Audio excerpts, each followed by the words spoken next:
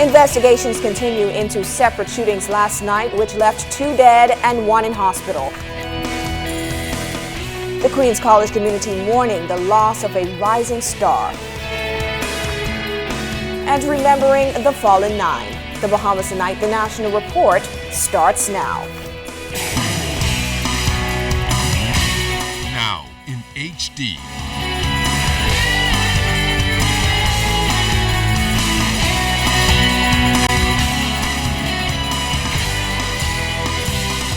ZNS Network presents The Bahamas Tonight.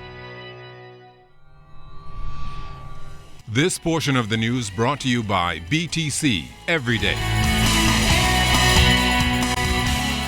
A busy night for police on Wednesday as they investigated 3 shootings, 2 of them ending fatally. Good evening, everyone. I'm Charisma Robinson. Police are looking for clues in the killing of an educator last night, and they're also searching for clues in a double shooting which left 1 man dead and another in hospital. Our Clint Watson has more on the separate incidents which took place in neighboring communities. Police have little to go on that would determine why Joyelle McIntosh, a primary school teacher at Queens College, was gunned down in her car at the intersection light of Village and Parkgate roads around 8 p.m. last night. Assistant Commissioner of Police Stephen Dean had little to say to reporters on the scene as his officers were busy collecting evidence. We do not know the motive of this incident.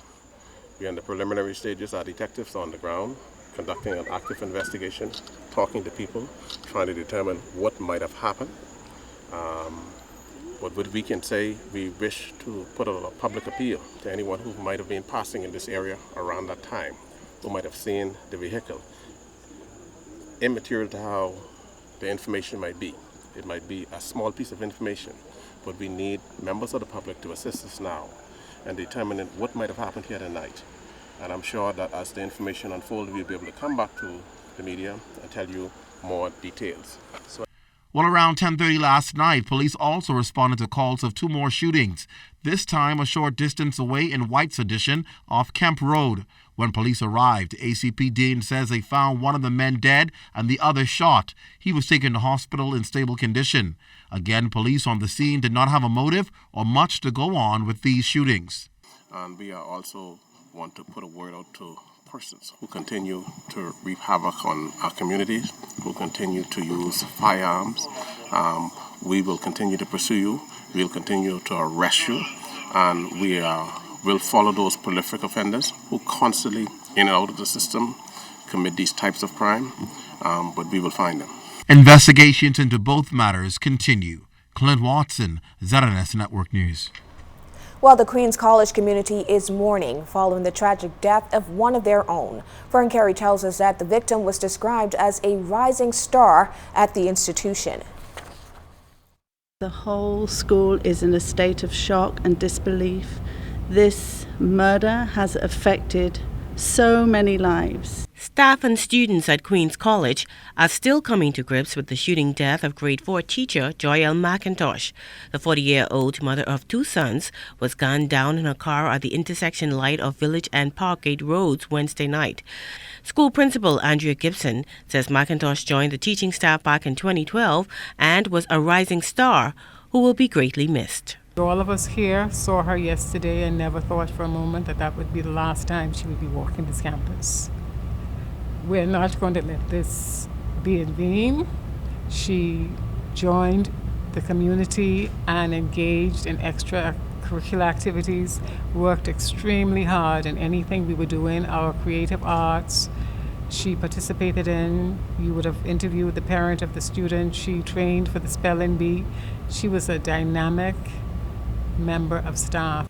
To help students cope with the tragic news, students were provided with grief counseling and school was dismissed at noon on Thursday. Now, this is a classroom where Ms. McIntosh taught, but her talents didn't end there. School officials say she touched the lives of hundreds of students throughout the school and at every grade level. Just last week, we had an insect day here in the primary years, and to support her children, she dressed up as a ladybug, and she cheered them all on and took pictures with them and arranged them in different groups so they could have their pictures taken. She was full of life and, just like her name, full of joy. This morning, as I walk around and try to console children, it is heartbreaking. 2 little girls from a classroom, in all their tears, came to me and said, "We want to go and pick some flowers to put on our table." I came to know the news like 4 a.m. this morning, but thought about it for 2 hours before talking to my daughter. I didn't know exactly how to tell her and how she would take it because she was very close to Miss McIntosh. And that is tragic. That is absolutely tragic because this is one person who was contributing to the building up of young people in this country. President of the Bahamas Conference of the Methodist Church, Reverend Christopher Neely, called for an end to the bloodshed. Destroying ourselves and our future. We think the Board of Governors and the Methodist Church believes that tackling the problem of crime needs to be the number one priority. A special assembly will be held sometime next week to honor the memory of Mrs. McIntosh. Fern Carey, ZNS Network News. Thanks so much, Fern. In the midst of rising crime levels in the country, a peace rally will be held tonight at St. Gregory's Anglican Church. Organizer Dr. David Allen of People Helping People is urging authorities to reach out to international and regional partners for help in curbing crime by introducing exchange programs. He also feels that serious effort must be made toward reducing the anger rate among young residents. There's usually anger. Everybody's anger. We need a national anger management program connected to conflict resolution and depression.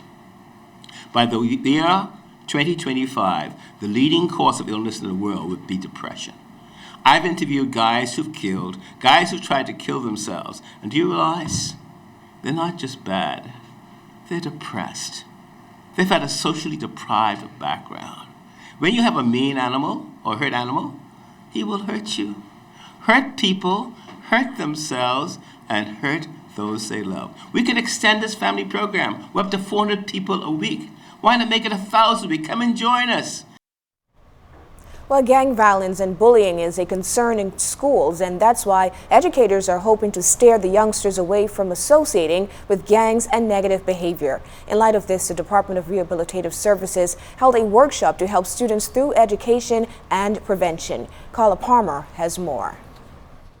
With an audience comprising mostly high school students, Chief Probation Officer at the Department of Rehabilitative Welfare Services responsible for the juvenile unit, Katie Gardner, says their mission is to address in a meaningful way those social ills like bullying, not only confronting teenagers, but being carried out by teenagers themselves. Those who are cyberbullying, those who are being bullied, those who are joining gangs. You know, some kids join gangs simply to assimilate because they're afraid of being targeted. And there are others who join gangs because of violent tendencies. We hope that the information provided today discourages them, gives them some idea of a better life, better choices to make. Just outside of that forum at the Harry Seymour Library sat 20-year-old Denzel Taylor, a COB economics and finance major, with a heart-wrenching but inspirational story to tell. During that span of 2007 to 2012, I basically used to be the fattest one out of all in my class, and I used to get teased out a lot from my peers during that span of my life. I never let it to deter me from the opportunity that I have to make something of myself. I know that even though I may not be as physically fit as some people in society, I know that my mind is not disabled. I know that I am able to think on my own. I know that I have a purpose in here to achieve my goal of being an accountant. I just want to tell people who verbally abusing people because of their weight or their color, they are human too. They have a right in the society just like you. They may not be the brightest or the thinnest or the more muscular, but we too have a part to play. Taylor wants those being bullied to stand strong, while back inside the forum, those students in attendance are being encouraged to look introspectively. So we expect each child who was here today to have a more insightful view of who they are in their community, the contribution they can make to their own families and to the wider society. So I expect each child who is a bully to think about reducing or stopping it. each child who has intimidated someone, each child who has taken a picture of her or his naked self and shown it on Facebook or any other media, to think about it. Think about what's likely to happen. We hope to change the children here today, and those children will change others. Carla Palmer, ZNS Network News. 2 families in Ferguson subdivision. 1 development overstepping boundaries and regulations. An environmental disaster in the making. The proximity of his gas station to our house is deplorable. Who will answer their cries for help? An expansion of the fuel station began, unbeknownst to the Department of Environmental Health Services and myself. Tune into the Bahamas tonight on Friday as we uncover the fears facing families in Ferguson.